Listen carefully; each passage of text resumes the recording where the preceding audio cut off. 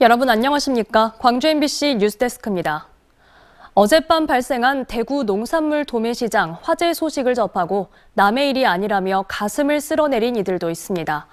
바로 시설 노후화로 수년째 부지 이전을 추진 중인 광주 각화동 농산물 도매시장의 상인들인데요. 대구 농산물시장도 시설 노후화로 부지 이전이 논의됐던 만큼 하루빨리 각화동 농산물시장도 부지 이전을 추진해야 한다고 목소리를 내고 있습니다. 김영찬 기자의 보도입니다. 시뻘건 불길이 순식간에 바람을 타고 시장 전체로 번져나갑니다. 불은 3시간 반 만에 꺼졌지만 하루아침에 시장 상인들의 삶의 터전은 잿더미로 변했습니다. 소방당국이 화재 원인을 조사 중인 가운데 불길이 순식간에 퍼진 것은 시설 노후화에 따른 것으로 추정되고 있습니다. 1988년에 지어진 대구 도매시장은 시설 노후화와 상가 밀집 등으로 최근 이전 논의가 활발히 추진되던 곳입니다. 똑같은 이유로 이전 논의가 수년째 추진 중인 광주 각화동 농산물 도매시장 상인들은 남의 일이 아니라며 가슴을 쓸어내렸습니다. 대구 농산물 도매시장과 각화동 도매시장은 이전의 필요성들이 분듯이 있었기 때문에 앞으로 남의 일이 아니고 광주시에서 적극적으로 이전을 해줄 것을. 1991년에 조성된 광주 각화동 농산물 도매시장. 56,200제곱미터 크기로 그동안 편의시설 부족과 주변 교통 혼잡 등으로 이전 필요성이 꾸준히 제기됐습니다. 하지만 수년째 시장 부지 이전은 제자리 걸음입니다.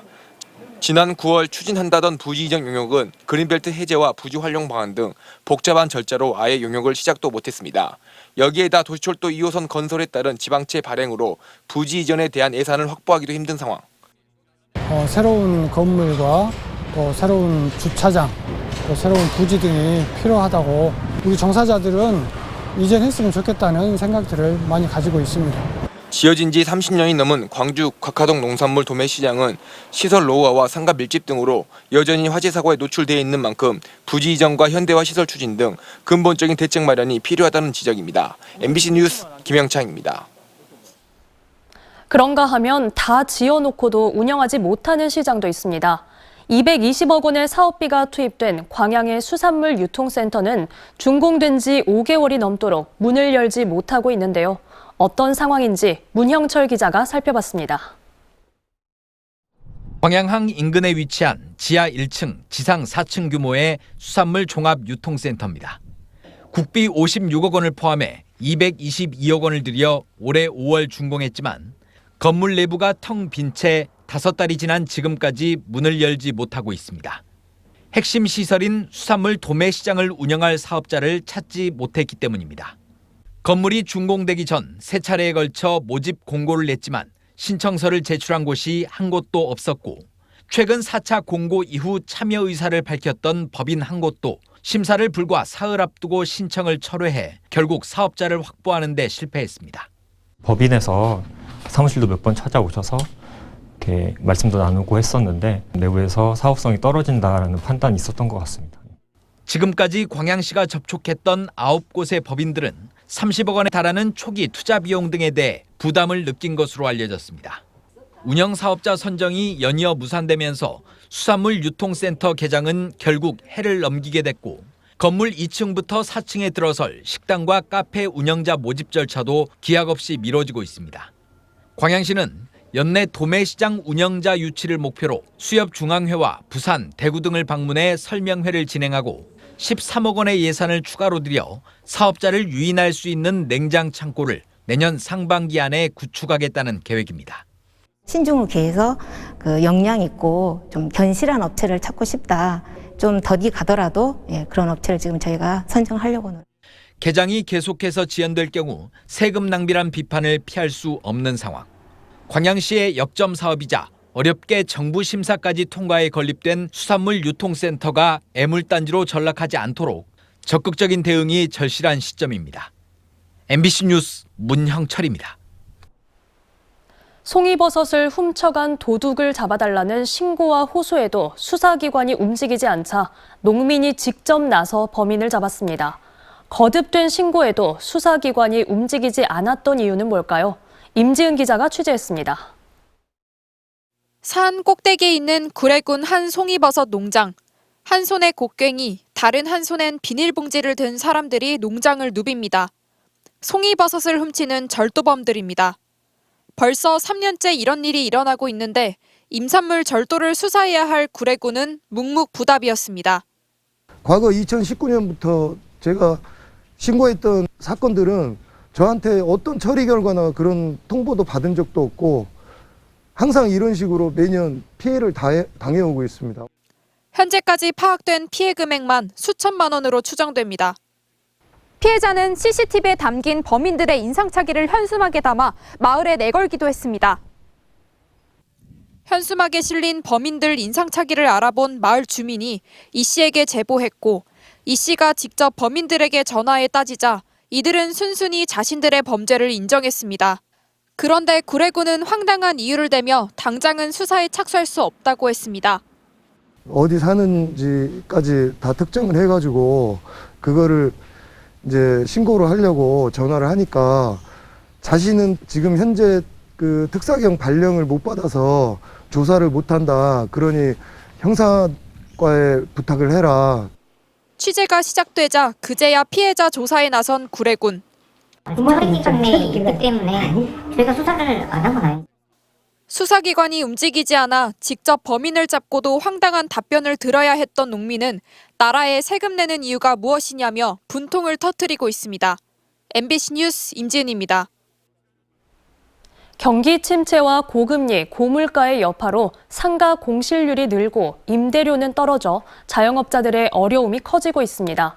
광주의 경우는 금남로와 충장로, 상무지구가, 전남에서는 빛가람 혁신도시가 타 지역에 비해 임대료 하락폭이 큰 것으로 나타났습니다.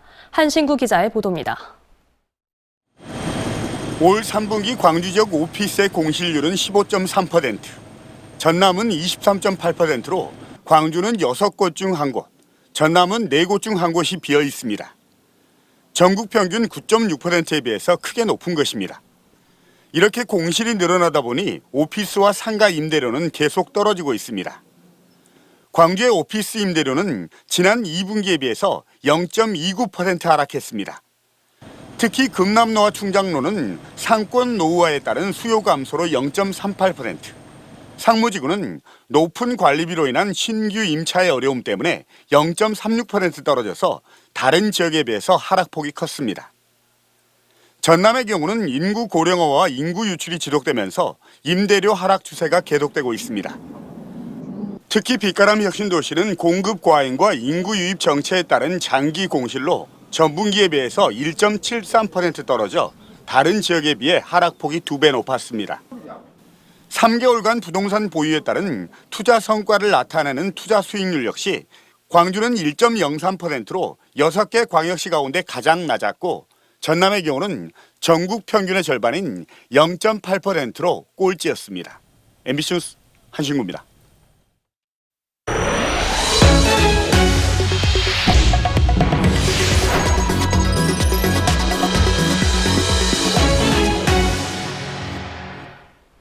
호남의 젖줄 영산강을 따라 백리 명품길이 만들어지고 있습니다. 나주 영산포에서 무안 남하까지 있는 영산강 강변도로의 마지막 구간 공사가 내년에 시작되는데요. 완공되면 교통체증 해소뿐 아니라 지역 경제에도 보탬이 될 걸로 기대됩니다. 문현철 기자가 취재했습니다. 강과 바다 사이에 댐을 쌓기 전까지는 나주 영산포까지 풍선과 나룻배가 오갔던 영산강. 그 뱃길을 따라 강변도로가 시원하게 뚫렸습니다. 수려한 경치에 절정에 달한 가을 꽃길까지 국내를 대표하는 명품 드라이브 코스로 손꼽히고 있습니다. 참 공기도 좋고 주변 환경도 참 어떻게 보면 깨끗하고 좋습니다. 지난 2011년 착공한 영산강 강변도로는 무안 남학에서 나주 영산포까지 총 연장 51.88km, 현재 영산포에서 무안 일로읍까지 38km가 개통됐습니다. 남학 오령까지 나머지 구간은 올 연말까지 설계를 끝내고 내년부터 공사가 시작될 예정입니다. 영산강 강변도로가 완공되면 나주 영암과도 연결돼 남학 신도시의 출퇴근 시간 교통 체증도 크게 나아질 전망입니다. 강변도로의 전 구간이 개통되면 스포츠, 관광, 레저 등 지역 경제 활성화와 남학 신도시 교통 체증 해소에 큰 도움이 될 것으로 예상됩니다. 강가를 따라 자동차 도로와 자전거 도로가 공존하는 것은 국내외에서 보기 드문 사례로 꼽힙니다. 추억 속으로 사라졌던 영산강 백길, 세계에 내놔도 손색 없는 명품 백리길로 재탄생하고 있습니다. MBC 뉴스 문현철입니다. 올해 가뭄 관리가 이루어지던 전국 16곳의 댐 가운데 영산강, 섬진강 권역의 댐만 심각 단계로 남아 있습니다. 환경부는 한강의 댐은 지난 7월 중순, 금강은 8월 중순, 낙동강은 9월 중순에 각각 가뭄 단계를 해제했지만 주암댐과 수어댐, 평림댐 등 영산강, 섬진강 권역댐은 가뭄이 지속되고 있습니다.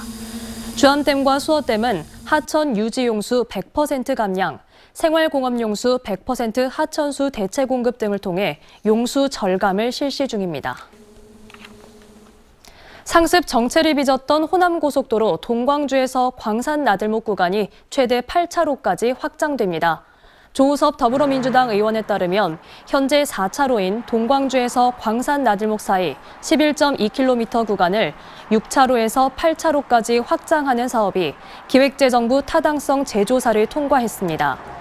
이 사업에는 1,072억 원이 투입될 예정인데 내년 상반기에 설계를 끝내고 하반기에 착공할 경우 오는 2028년 하반기에 준공될 것으로 예상됩니다.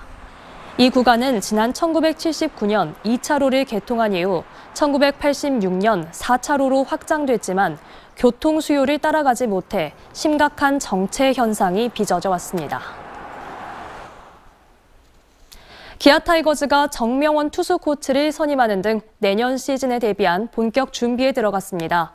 기아는 정명원 2군 퓨처스 감독을 1군 투수 코치로 이범호, 최희섭 2명이 맡았던 타격 코치를 이범호 코치 단독 체제로 개편했습니다. 1군 투수와 타자를 지도했던 서재흥, 최희섭 코치는 잔류군으로 이동했고 2군은 손승락 감독이 지휘하게 됐습니다. 기아 구단은 팀 분위기를 쇄신하고 지속적인 강팀으로 거듭나기 위해 코치진을 개편했다고 밝혔습니다. 세계 한인 경제인 대회가 내일 여수엑스포 컨벤션 센터에서 열립니다. 올해로 26번째 맞는 세계 한인 경제인 대회는 세계 140여 개국의 한인 경제인 700여 명이 참여한 가운데 내일부터 나흘 동안 글로벌 마케터 워크숍과 전남 지역 투자 환경 설명회 등 상생의 장을 마련하게 됩니다. 내일 본격적인 개막에 앞서 세계 한인 무역협회는 오늘 임원회의와 상임 집행위원회의를 갖고 중소기업과 국내 청년들의 해외 진출의 길을 터주고 한인 경제인 네트워크 강화를 위한 자리도 마련했습니다. 호남과 전래 과정과 특성, 관광자원 활용 방안 등을 논의하는 국내 첫 학술회의가 오는 28일 한평엑스포공원 주제영상관에서 열립니다. 호남가는 한평에서 시작해 전북 익산까지 호남 지역 54개 고을의 지명과 지역의 특색, 풍광을 노래한 437자의 단가입니다.